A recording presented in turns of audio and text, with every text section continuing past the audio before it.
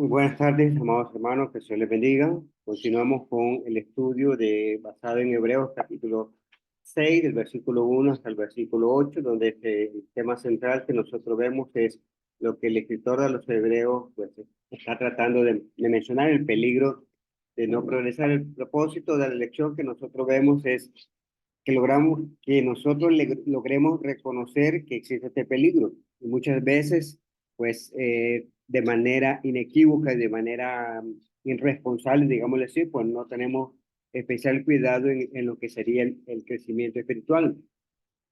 Nosotros vemos y notamos que la vida cristiana normal debe ser de un crecimiento espiritual y de progreso.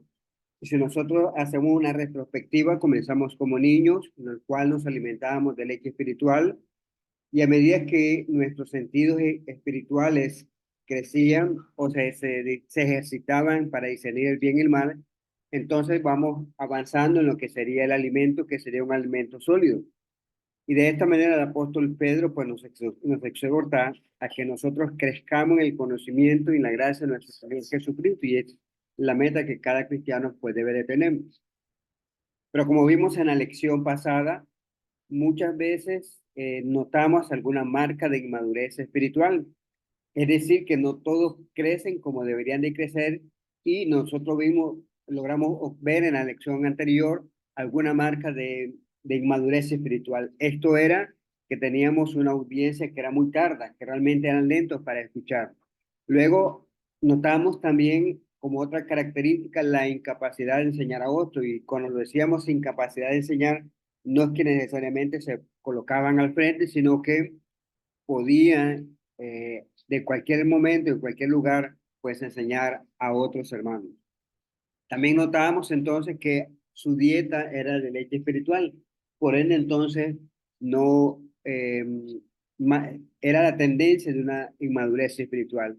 Y el resumen de todo eso, pues había una incapacidad entre poder discernir el bien y el mal.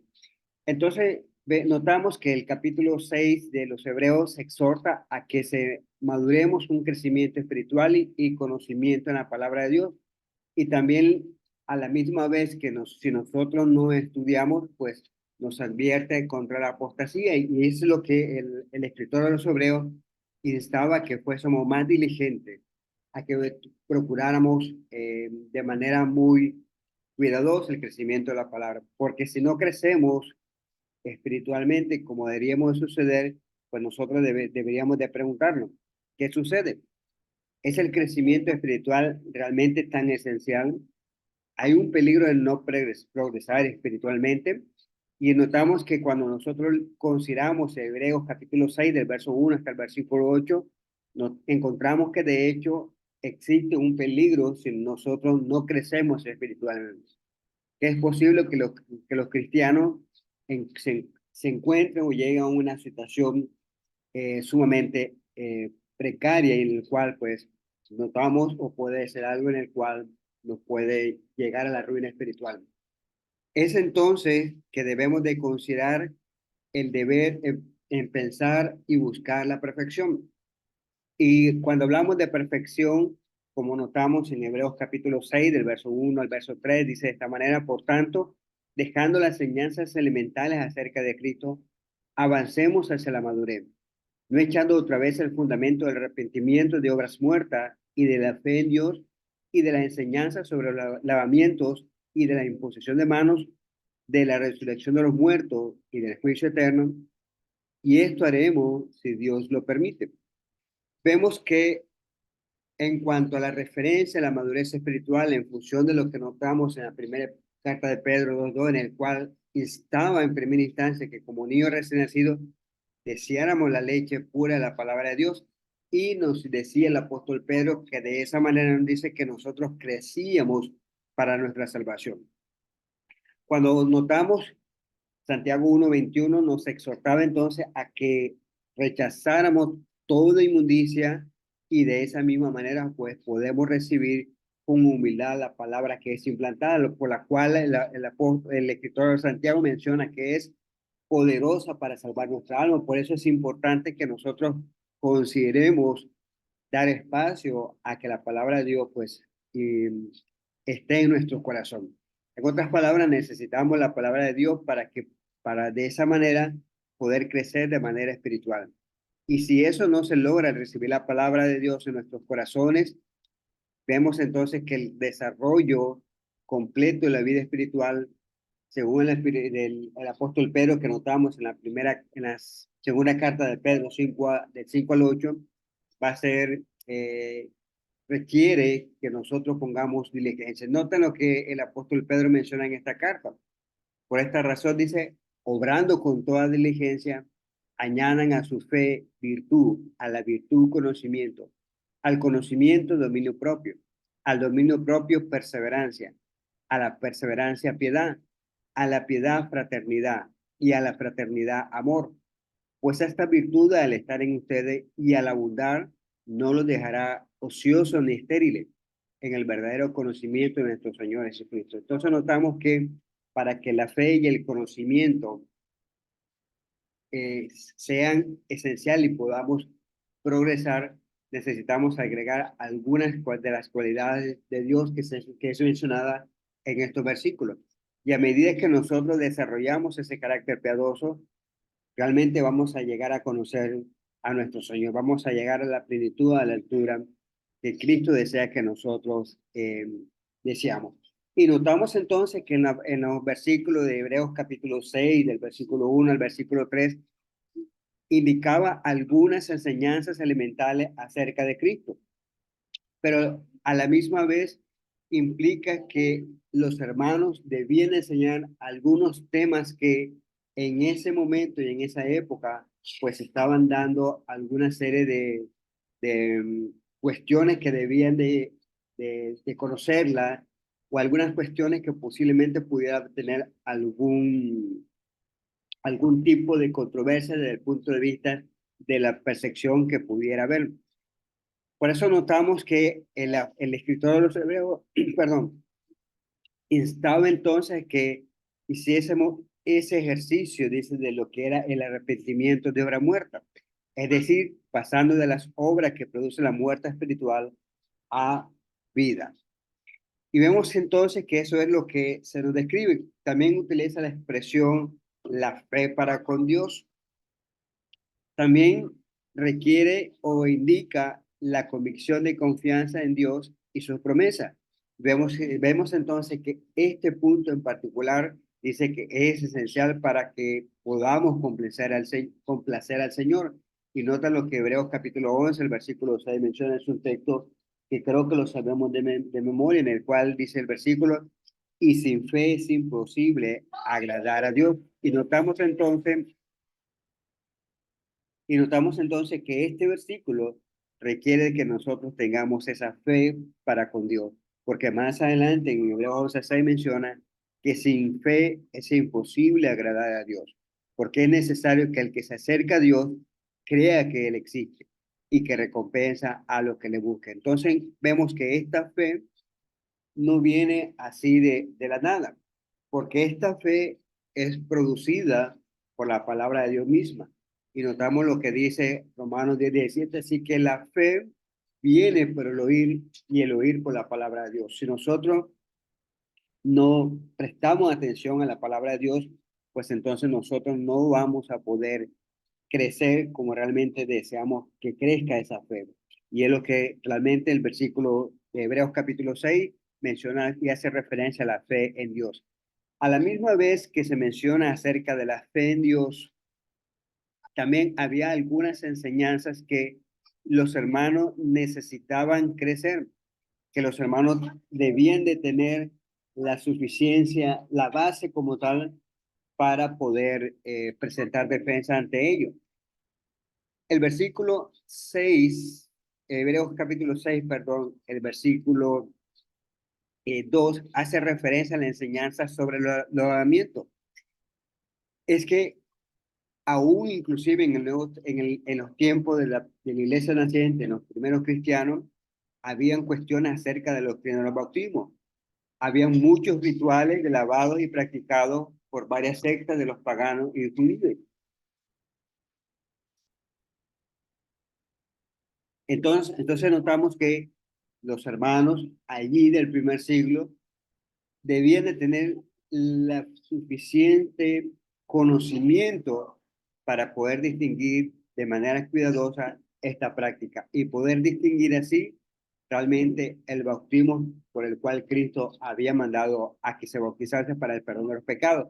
Así de igual manera como había el bautismo de Juan, que también se distinguía del de Cristo. Si nosotros podemos considerar en nuestra casa el ejemplo que encontramos en Hechos capítulo 19, el verso del 1 al 5, vemos entonces por qué era necesario que los hermanos tuviesen ese conocimiento acerca de lo que era la doctrina del bautismo. Y hoy en día, pues también nosotros tenemos que poder diferenciar los diferentes tipos de bautismo. Cuando decimos diferentes tipos de bautismo, cuando los comparamos con todas las religiones, vemos que ellos practican algún tipo de bautismo. Vemos que para ellos entonces el bautismo no es necesario para salvación, porque ellos ya dicen que cuando aceptan a Cristo como su Salvador personal, pues el bautismo ya queda en segunda parte. Pero vemos y notamos que cuando se mete a investigar o a indagar sobre el tipo de bautismo, vemos entonces que el bautismo que ellos practican muchas veces no es el bautismo que nosotros encontramos en Hechos capítulo 2, el versículo 38, en el cual Pedro dijo a las multitudes que estaban allí en el día de Pentecostés, diciendo, arrepiéntanse y sean bautizados cada uno de ustedes en el nombre de Jesucristo para perdón de sus pecados y recibirán el don del Espíritu Santo. Por ende, entonces, debían de tener la base suficiente, el conocimiento suficiente para que de igual manera ellos pudiesen distinguir los diferentes tipos de bautismos que habían en esa misma generación. También habla acerca de lo que sería la imposición de las manos. Y miren, de la imposición de las manos. En la iglesia primitiva se hizo de esto de muchas razones o por varias razones. Por ejemplo, por Jesús y otros con el don de curación, cuando vemos acerca de Lucas capítulo 4, el versículo 40, dice, al ponerse el sol, todos los que tenían enfermos de diversas enfermedades se los llevaban a él y poniendo las manos sobre cada uno de ellos, los sanaba.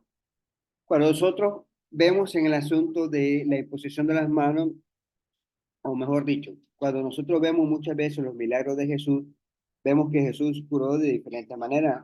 En algunas ocasiones no requirió de que Jesús colocase las manos sobre ellos. En algunas veces, la persona que tenía alguna dolencia no estaba físicamente delante de Jesús. Pero vemos que en las ocasiones, o específicamente en el ejemplo de Lucas 4:40, vemos que Jesús colocaba las manos y de esta manera, dice, sanando a todos aquellos que llevaban sus diferentes dolencias.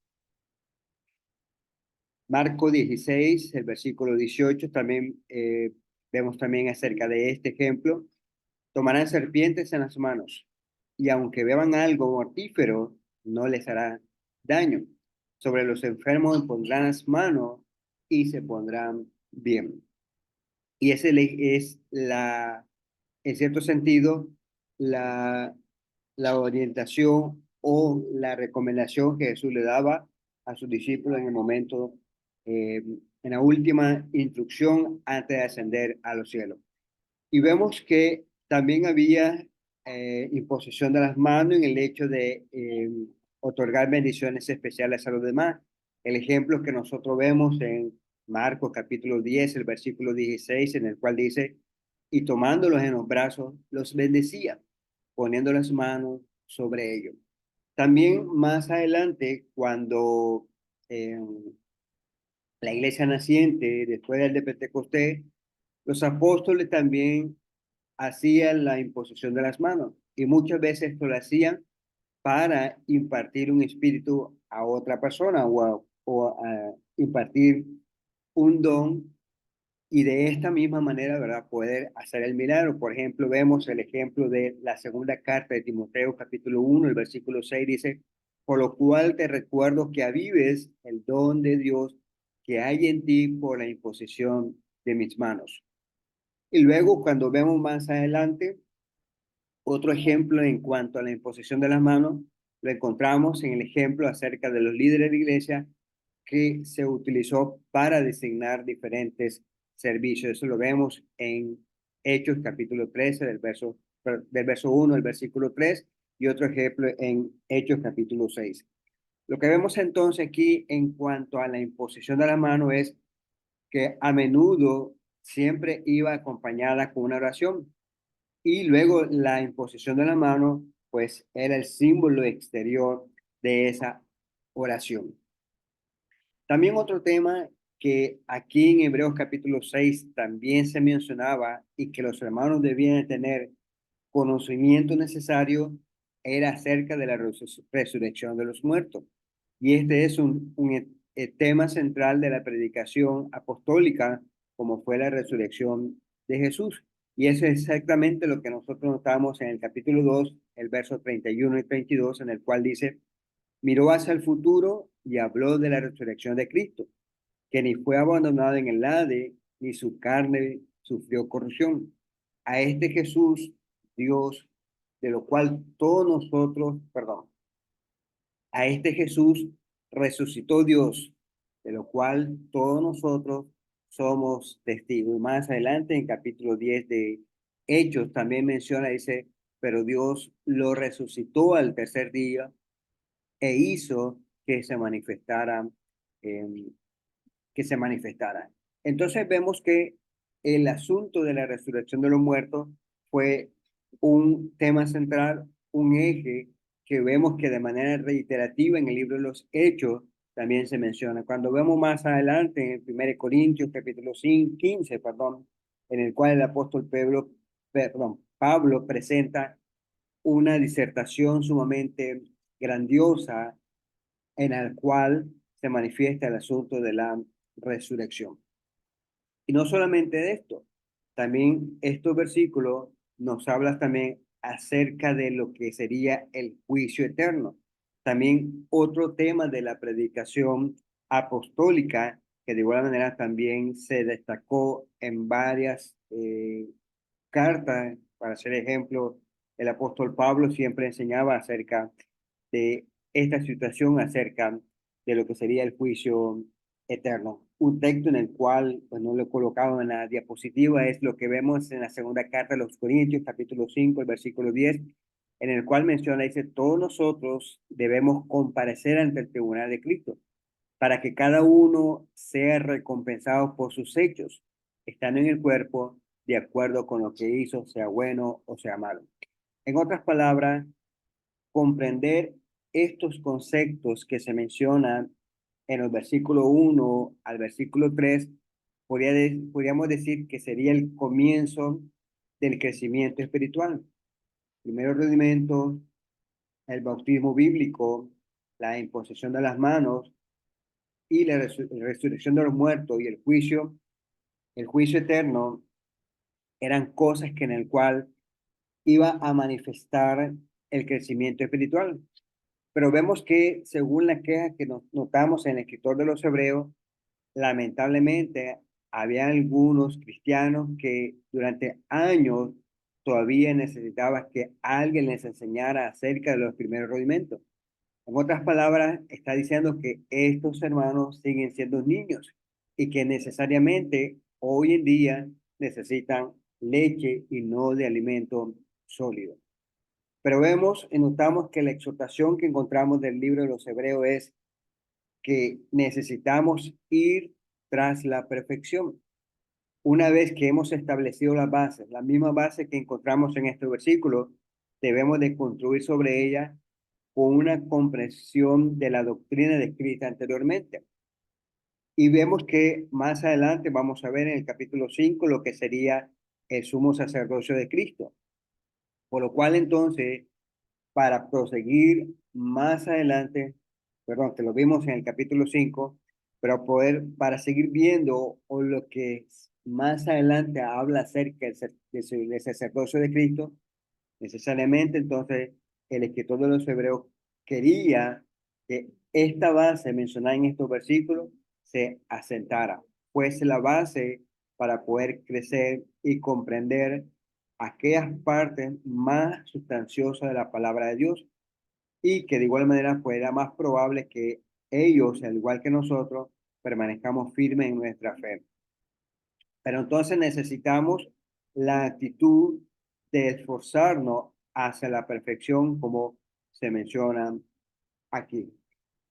Y vemos entonces que al no progresar y no y al no esforzarnos hacia la perfección, como sería una madurez, entonces encontramos que el peligro de la apostasía es irreversible. En otras palabras, debemos de tener en cuenta los privilegios que algunos apóstatas han disfrutado. Cuando decimos apóstata o apostasía significa negar la fe. Esto quiere decir que ellos una vez fueron iluminados. Probablemente se refiere a la conversión, a que ellos fueron bautizados y gustaron, dice, de la venida del Señor. Y miren lo que dice en Hebreos capítulo 10, el versículo 32, diciendo, pero recuerden los días pasados, cuando después de haber sido iluminados, ustedes soportaron una gran lucha de padecimiento. Entonces notamos que ellos fueron iluminados, disfrutaron, pero realmente ahora al no progresar en su crecimiento, pues viene el asunto que va a ser un retroceso en lo que sería en su crecimiento. La palabra gusto sugiere una experiencia personal profunda, como vemos en el siguiente pasaje de la primera carta de Pedro, capítulo 2, el versículo 3 dice, si es que han probado la bondad de Dios. Y esto es lo que los hermanos habían degustado del don celestial. Se refiere al pasado de la experiencia de su salvación en la cual ellos habían experimentado el perdón de los pecados y que habían comenzado a recibir de las bendiciones espirituales al estar en Cristo. Entonces notamos que ellos habían vivido la realidad personal de su experiencia en la salvación que se disfruta cuando realmente los cristianos han pasado esa conversión en el bautismo.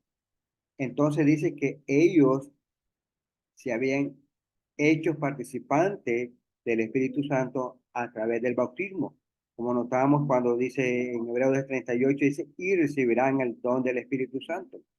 Y más adelante menciona en el capítulo 5 de que los hermanos habían, dice, eran testigos de todas estas cosas y también del Espíritu Santo. Por lo cual entonces la palabra partícipe es significativa en el sentido que los cristianos son participantes del llamamiento celestial. Por eso vemos en el capítulo 3 de Hebreos en el cual exhortaba y diciendo, por tantos hermanos santos, participantes del llamamiento celestial, consideren a Jesús el apóstol y sumo sacerdote de nuestra fe. En otras palabras, no solamente habían sido participantes, sino que ellos probaron del don celestial. Ellos fueron participantes del Espíritu Santo. Ahora, cuando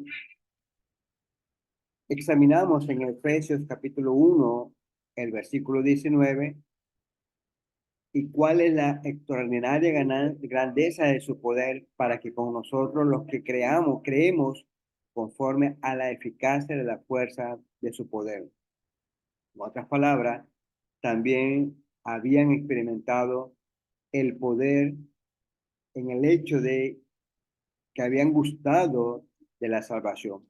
Cuando lo comparamos que en Efesios capítulo 3, el versículo 20 dice, y aquel que es poderoso para hacer mucho más abundante de lo que pedimos o entendemos según el poder que obra en nosotros. En otras palabras, pues ellos también habían experimentado acerca del poder de Dios. Ahora, aprendemos que algunos pueden caerse al punto de que están más allá del rescate. No podemos decir cuántas personas han llegado hasta ese punto. Y el escritor de los Hebreos tampoco menciona en qué momentos ellos estaban, pero sí el apóstol o el escritor de los Hebreos estaba indicando que estaban en un punto en el cual, pues, iba a ser imposible la renovación, iba a ser imposible el rescate para ellos, porque había llegado un momento en el cual estaban propensos a la apostasía, y lo cual entonces vemos que esto puede ser algo en el cual se pueda negar de la palabra de Dios, se pueda negar de Cristo. Por lo cual entonces se puede llegar a un momento, como se menciona en Hebreos capítulo 3, el verso 12, el versículo 13, que si nosotros no avanzamos en el crecimiento, pues va a llegar un momento en el cual, como alertaba aquí en esta exhortación, dice, tengan cuidado, hermanos, no sea que alguno de ustedes haya un corazón malo de incredulidad para apartarse del Dios vivo. Antes, exhórtense los unos a los otros cada día, mientras todavía se dice hoy, no sea que alguno de ustedes sea endurecido por el engaño del pecado. Por ende, entonces, si ustedes van notando esta, esta preocupación del escritor de los Hebreos es, si no crecemos, pues llegará un momento en el cual va a ser eh, imposible que realmente se pueda lograr algo. ¿Por qué? Porque este versículo menciona, dice que va a llegar un momento en el cual el corazón estará malo por la incredulidad y realmente no va a ser posible que se pudiese rescatar. Tengamos en cuenta la temerosa destrucción reservada para aquellos que al igual las ramas improductivas son rechazadas con el fin de ser quemadas.